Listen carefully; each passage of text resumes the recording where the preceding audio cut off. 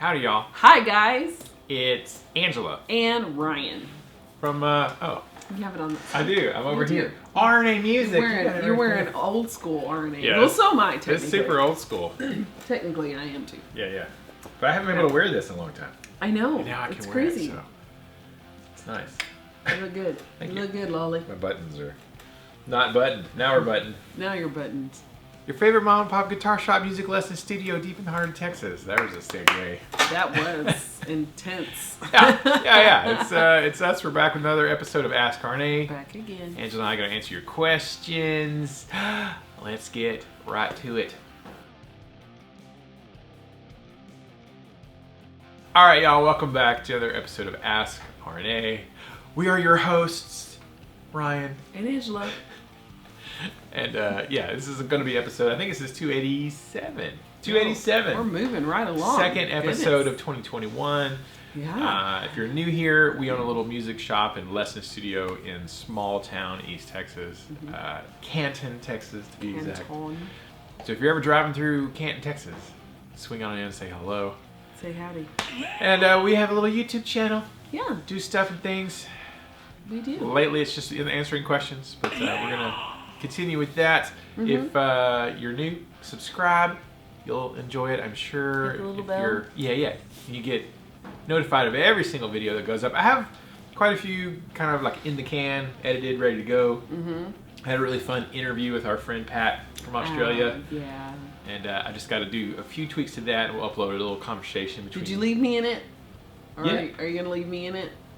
Were you in it? Yes, I left you in it. You had I a cameo. interrupted You had a their cameo. interview to make copies because they did it during Making my copies. office hours. Making copies. Copies. The Angela Sauceress. Right here. RNA music. Yes. I'm good. From where? Oh no, I'm good. Mine's real simple. It's just me. Let's try. Whatever's left at the end of the month. Those are the worst. Those are the worst when they interrupt, or you're like running across because you want to be a good business person and you're getting to the thing. Might be a like, customer, got questions about CMG guitars, or yeah, you're thinking, Bola okay, or this is our Acacia. people. I'm gonna answer the phone, or it might be a parent or something, and it's like, hi, have you considered updating your? Well, he got me there because he's like, "Hey Ryan, it's David from Paychecks." I'm like, What? "From what?" Who? Paychecks.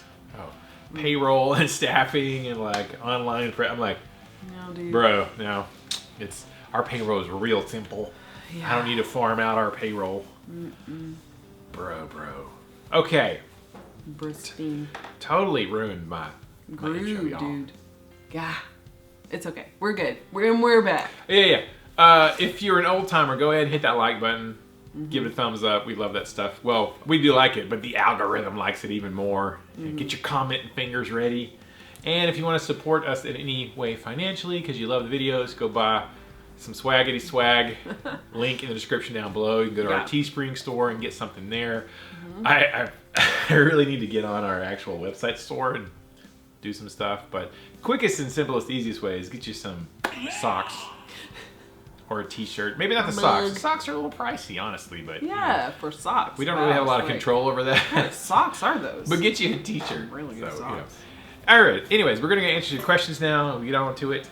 First question, Brian Strasser, who I think had the first question last week. Yeah, he's on it. I'll just tell you guys. What I do is I go back to last week's videos and I list chronologically the order, and I just scroll down and look for questions. But anyway, Brian really has the first question. He says, are you still looking for a good baritone guitar? Heard some good things about the PRS SE277. Hashtag so excited. We're going to have a little bit of PRS content in today's video. Okay, I'm prepared. I am also prepared as per the two PRS guitars on the wall behind us. Yeah. I like to. I'll sneak in stuff in the background for y'all who are paying real close attention sometimes. So there was some questions. It's been quite a while back talking about the baritone guitars. I had to double check, make sure I turn on the mic. Because if y'all have made YouTube, any of you guys who make, and girls who make regular YouTube videos know you've shot a video and didn't turn the microphone on. And you came back, you're like, why is there no sound? Oh, no. So now I'm super paranoid. I'm like, did I turn this on? Always. It's like locking the front door. Did I shut the... You're laying in bed all nice and cozy and wrapped, bundled up, and you're like, oh man, did I lock the door? Come in! Son of a biscuit. Angela, did you lock the front door? I don't know. You're supposed to lock the... Yeah, you're supposed to be the protector. Oh man, I gotta get up. Nicholas, go check the front door. Anyway, sorry about that. Baritone guitars. I haven't really thought much about it, honestly. I mean, it would be kind of a neat... It would be neat to have one. I do like to tune... I'll tune down to like drop C on like a regular guitar, and that's about as low as I usually like to go tuning wise. And I feel like a normal guitar you can handle drop C tuning. Anything lower than that, probably, you know, a baritone would be nice, and even, you know, would probably be nice for even just drop C or C standard tuning. But I'm not actively searching out baritone guitars at the moment. But yeah, they're I've heard some good things about the PRS one. One thing, speaking of PRS SE models, they have one that's got the piezo output, so you can have, you know, the electric guitar pickups, and then like an acoustic output as well. That would be super handy. I was talking to my buddy Pete for the church gig that I do playing. That would be super handy to have a guitar that outputs an acoustic line along with the electric. So, and of course, I've been watching a lot of Opeth videos, and Opeth uses those, so that probably doesn't help. Yeah. But I haven't really been looking at baritones real deep, but I have heard good things about that PRS one. So I've also heard good things. I'm not really looking. I mean, if one popped up at a screaming killer deal, maybe I would consider it. That's when I'm not in the market for guitars. How I end up with the guitars is when screaming deals stumble across my path. That is true. Yeah. Or a guitar I've wanted forever, you can never find, suddenly is available, and I'm like, I don't need you right now, but I want you. So I'm not actually looking for any baritones, but yeah, I would take a hard look at the PRS if I was in the market for it. Thanks for the question, Brian. Next question, Sean Adams, hashtag so excited. Which do you choose? PRS factory tour with Paul himself and a free core Paul's guitar, or Suhr factory tour with John Suhr and a free John Suhr signature model? It's PRS day, apparently, in the questions. I don't know how that happened, but that's actually a pretty easy answer for me. What do you think it is? PRS. Yes. Yes, PRS factory tour with Paul. I've actually met Paul. Got a picture with him, said hello, chatted for a split second. He's always at guitar shows, not just at NAMM, but if you go to the Dallas International Guitar Festival, you've been there. I have. The Dallas Guitar Show, as they call it. Paul is usually there, like roaming around, chatting, hanging out with some of the big boy dealers who spend $1 bajillion with PRS. Yeah. He'll be there, and I was like, I've seen him there several times. I'm like, hey, it's freaking Paul Reed Smith. Like, there he is. Touch. Don't touch. But I rolled up to him at the ticket booth. I'm like, hi, Mr. Smith. I love your guitars. Can I take a picture with you? I own a couple. He's like, great. Yes. And he was real nice, actually. People say he's he's an interesting character, personality-wise. But he was very kind. He said, sure, let's take a picture. And I was like, I like your guitars. He's like, yeah, me too. You know, he was nice. So, Suhr guitars are fantastic. They're high-end, kind of boutique. When I think of a Suhr guitar, though, I always sort of think of a really souped-up Fender. Because in my mind, when I think of a Suhr guitar, I think of a super hot-rodded Strat. You know, I know they probably make more stuff than that, but those are the ones I just tend to see a lot. Like you see, like Tom Quayle, I think, plays a Suhr, and all these other guys are very sort of Stratty kind of stuff. And I don't love Strats, and Tellys. I want a Telly, actually. Ike's going to be excited because Ike has like 400 Tellys in his personal collection. But I sort of associate Suhr with like super high-end like Fender custom shop stuff. Right. And that's not really my thing. Nothing wrong with that. I'm sure if I played one, I'd be like, yeah, this is phenomenal. You know, that'd be amazing. But I have sort of more affinity for the PRS stuff. So I would definitely go with the PRS factory tour with Paul and I could see that. and a free super swanky one. Yes, I want that because I definitely would play the heck out of that. I do have 3 PRS guitars. I have 2 SE models, which is sort of their budget, their budget entry line. I do have the S2 up there, the blue one.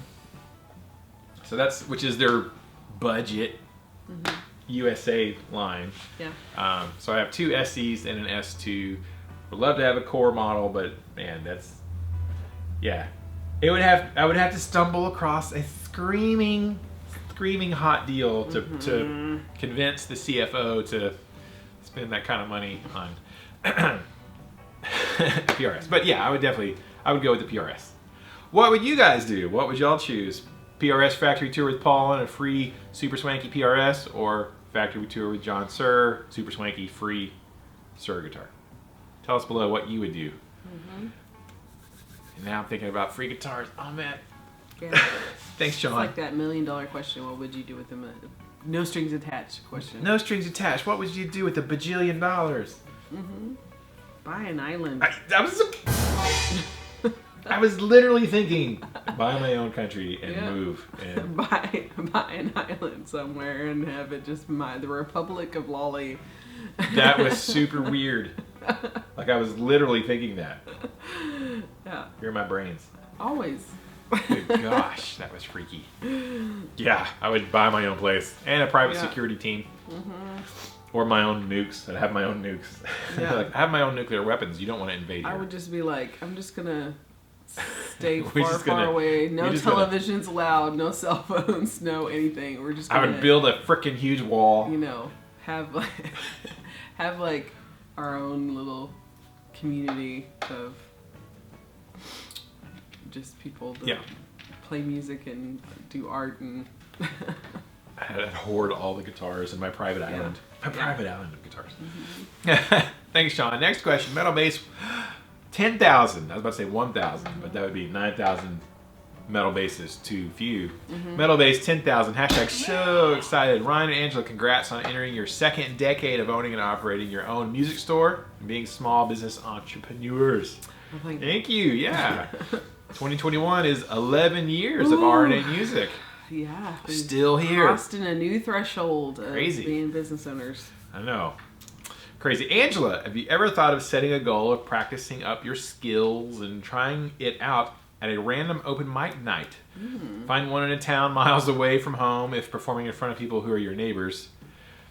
If not performing in front of people who are your neighbors. That's how a friend of mine got started 9 years ago. He now has regular gigs, just him singing, accompanying himself on piano or guitar.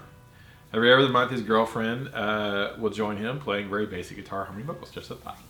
Cool. Kind of, we had a question last week. Yeah. I think what your musical goals were and that kind of stuff. So yeah, I think this is sort of a follow-up to last week's question. So you ever thought about doing an open mic night thing? Yeah, I actually have, like, many times. When I was a kid, that was what I thought I was going to do, was sing. I never thought of myself as anything else but a singer, which is so funny because I don't do that often because I like to speak more than I like to sing. Yes. And I'm a really good speaker. I talk real good, I promise. I love to motivate people and do stuff like that. So that is like my, I think, core calling. And then singing is just something on the side sort of that secondary. To the public speaking. Yes, to the public speaking.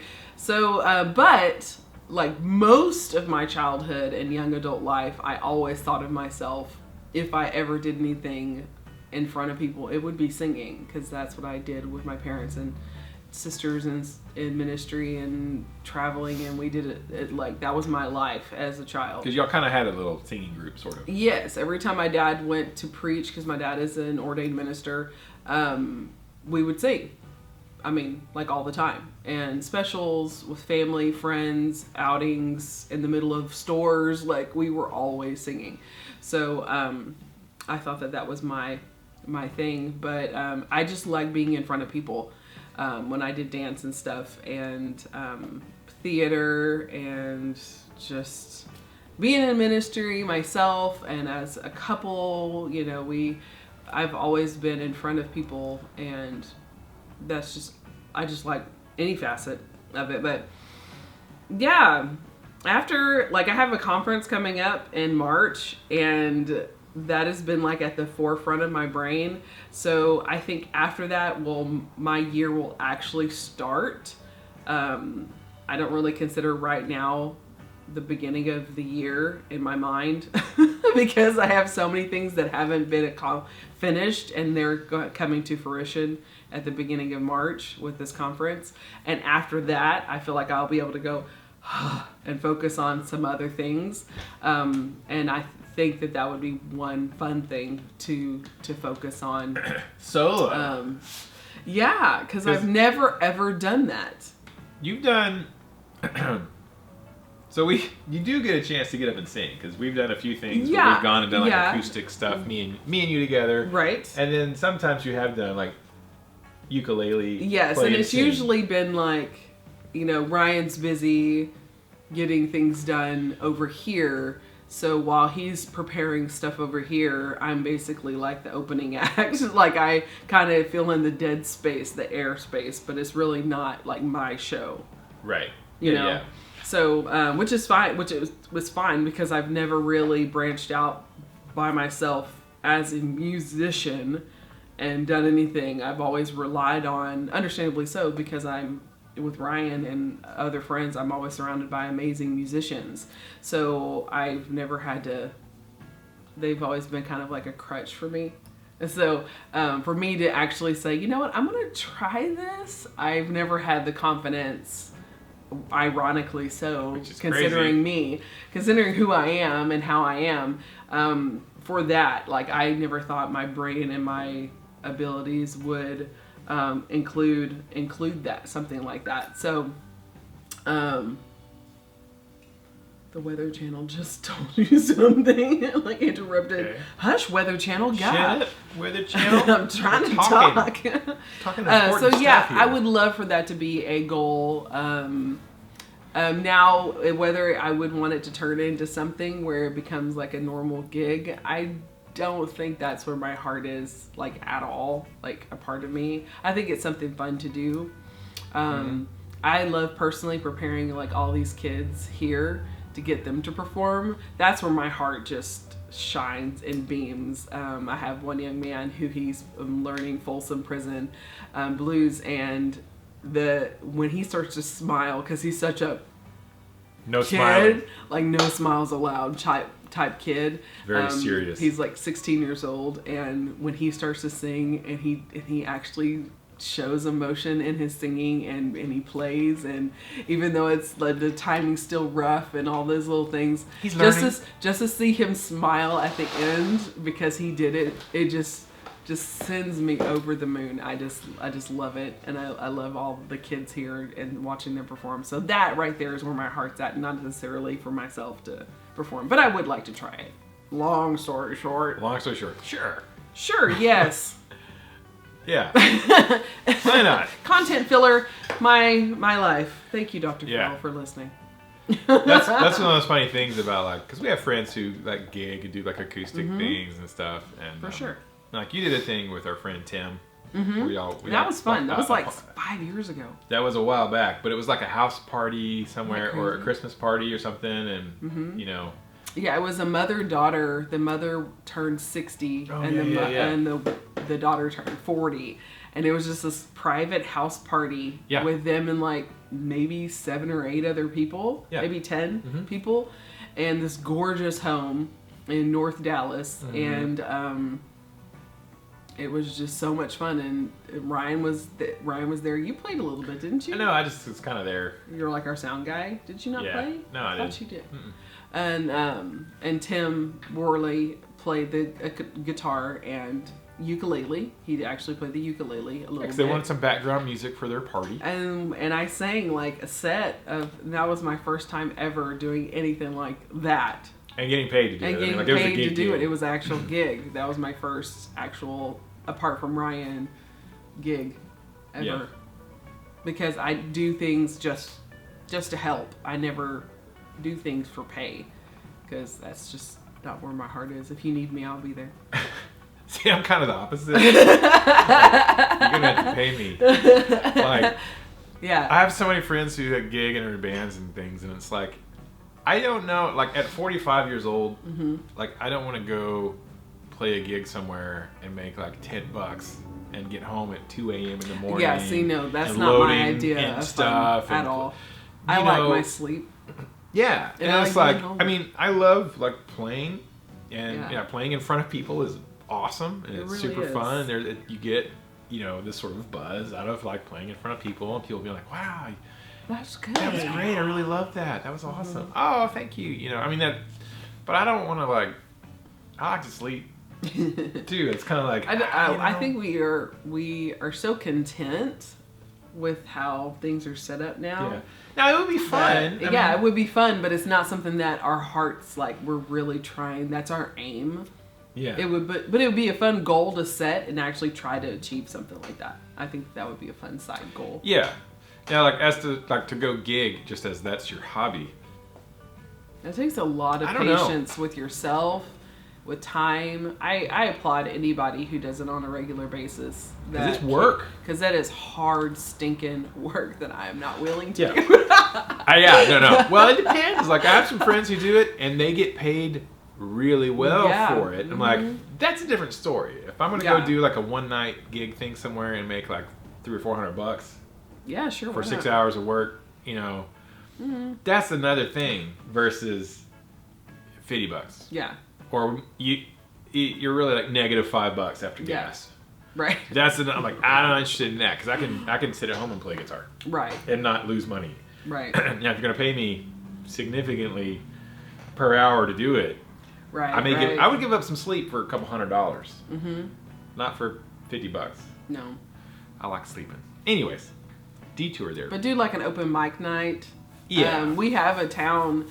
Because we have a place that does like karaoke here in town. It's not that big or frou-frou or, well known, but there's another town over.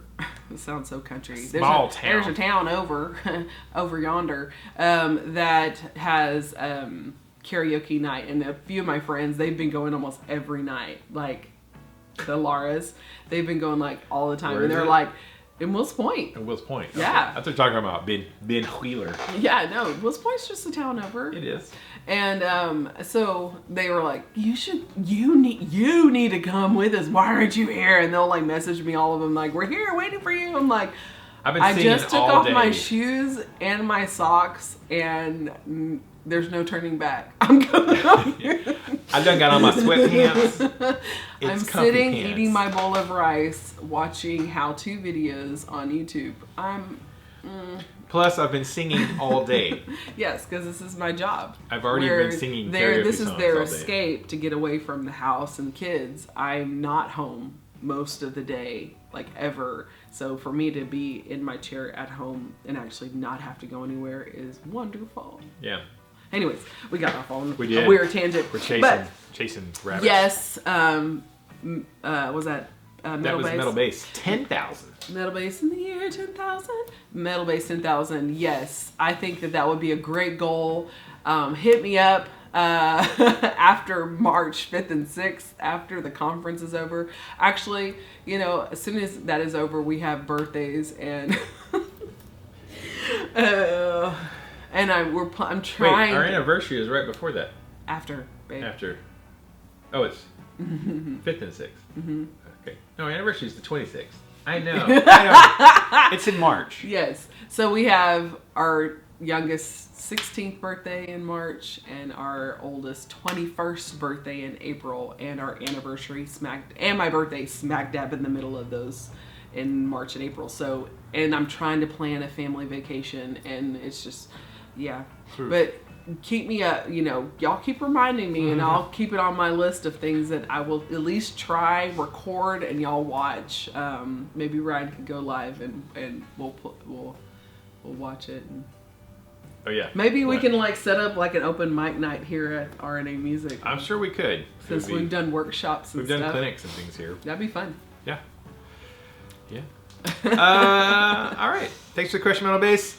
Next question. Fat Philosopher, hashtag so excited. Rumor has it that Dave Mustaine is leaving Dean guitars for the evil Suhr Authentic overlords at Gibson or Kramer.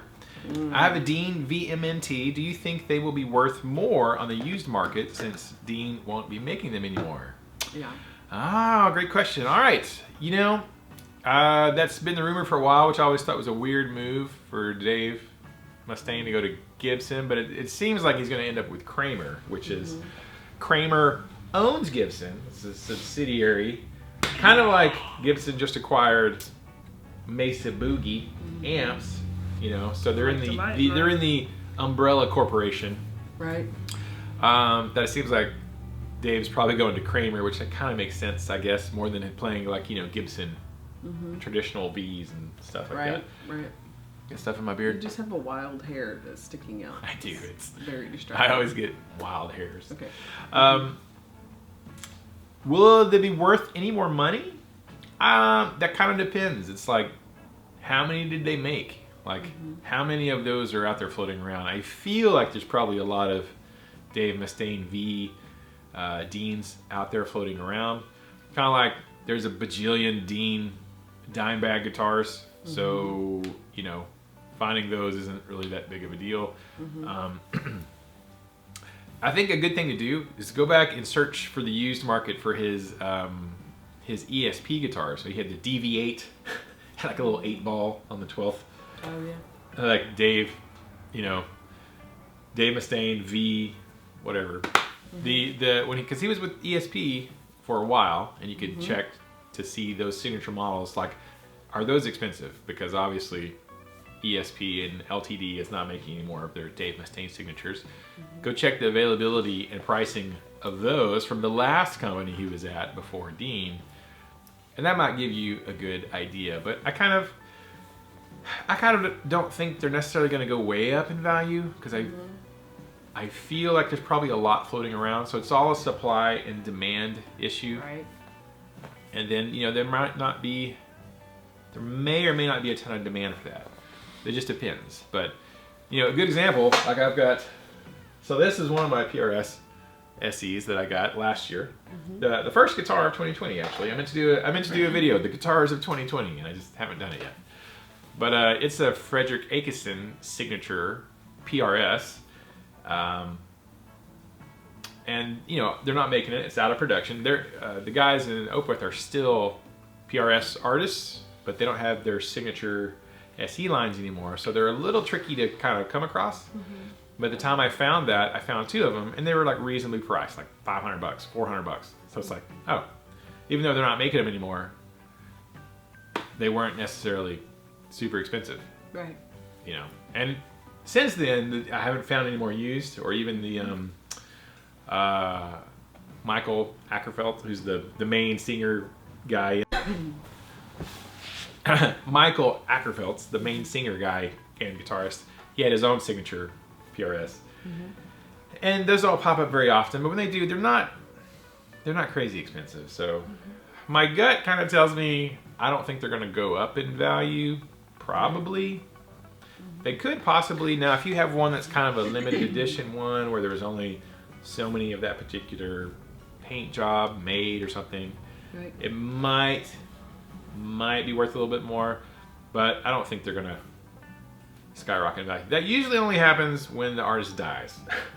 Yeah. Like before Dimebag Darrell died, you could buy his Washburn signature guitars at a reasonable price, even though he wasn't with Washburn anymore and he moved to Dean, or he moved back to Dean. Yeah, but you could still find his Washburn ones. As soon as he passed away, man, the Washburn ones the availability was gone. went sky high in value, but the Deans didn't, because the Deans were still in production. But while he was alive, they weren't necessarily, Right. more expensive. So So if Dave Mustaine passes away, it'll be worth probably a lot. But hopefully that won't happen anytime soon. Yeah. It's going to happen. One day. One day. One day everybody's going to go. But, you know. It went very dark. Well, it did. Well, Megadeth. Hit my brains.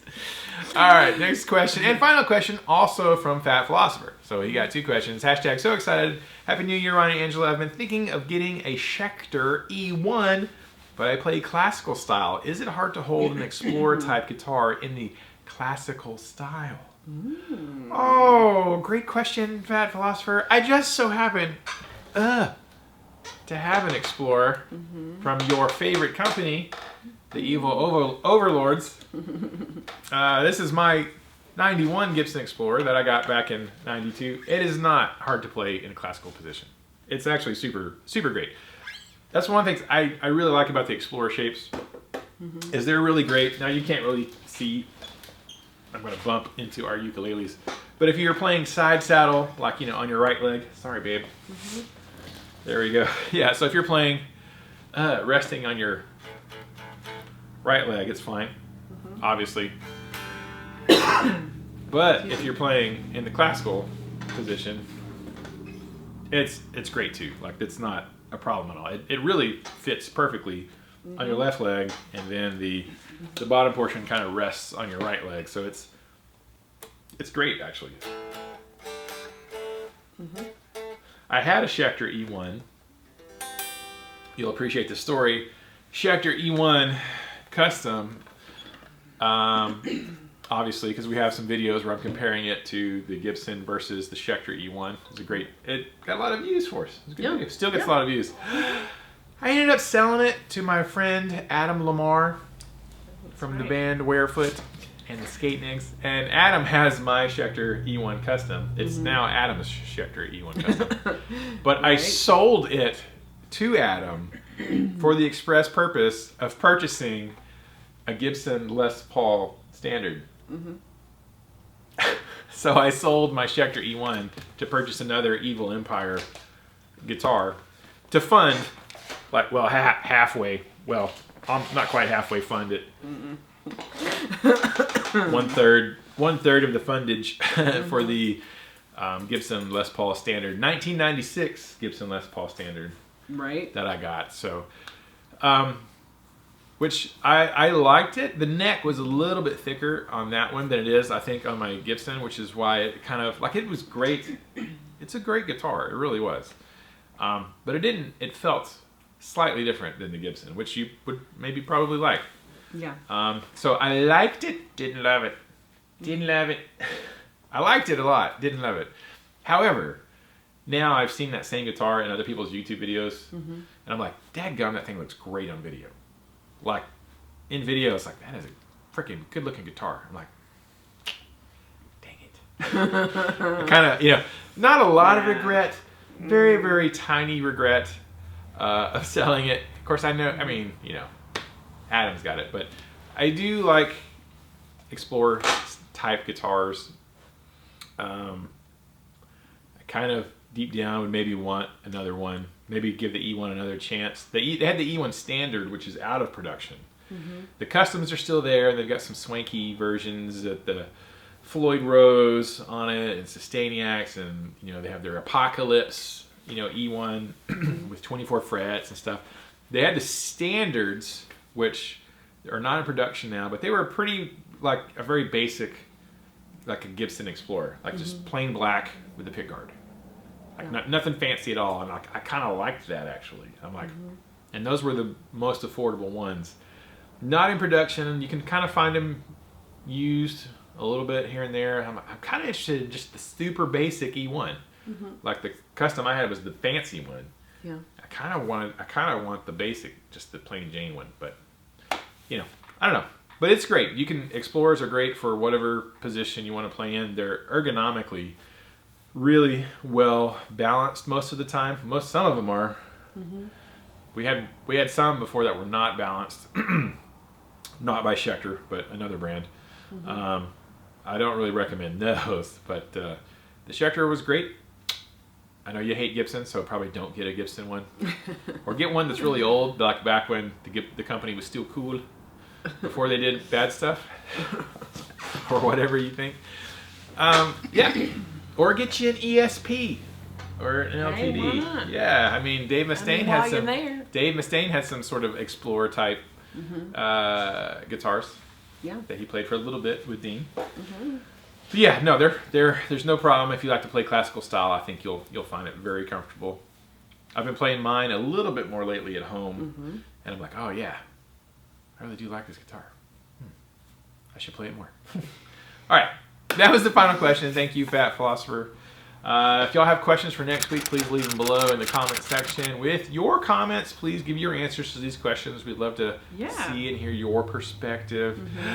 And we hope your 2021 is going okay. It's a little crazy right now. But yeah. We're good. Yeah. We're all good. Everybody's fine. Stay safe. Stay safe, yeah. All right, so we'll see you guys in the next video. Until then, keep the music alive. Don't forget it. The music needs you. And you need the music. And you need to keep it alive for the next generation. That's right. And you need to keep it alive. Yes, and you need to stay alive. We all need to stay alive. Ha, ha, that would be ha, great, ha. so we can play more guitar. Alive. Stay alive. Stay alive. All right. Oh, wait. And if you watch this whole video from the beginning to the ending, this entire video, we have a special game we like to play with our legendary viewers. It's called Secret Hashtag of the Day. And today's secret hashtag is hashtag Secret Island. Hashtag Secret Island. Yes. We'll all go live there and play guitars if somebody wins $1 bajillion, right? So if you watch this entire video, leave that hashtag Secret Island with your question and comment, and maybe we can all go stay on the secret island. All right, and we'll see you guys in the next video. Phone. RNA Music. RNA Music. Hi, I'm calling you from AT&T DirecTV to let you know that your account is qualified for 50% off. In order to obtain this discount... Freaking AT&T.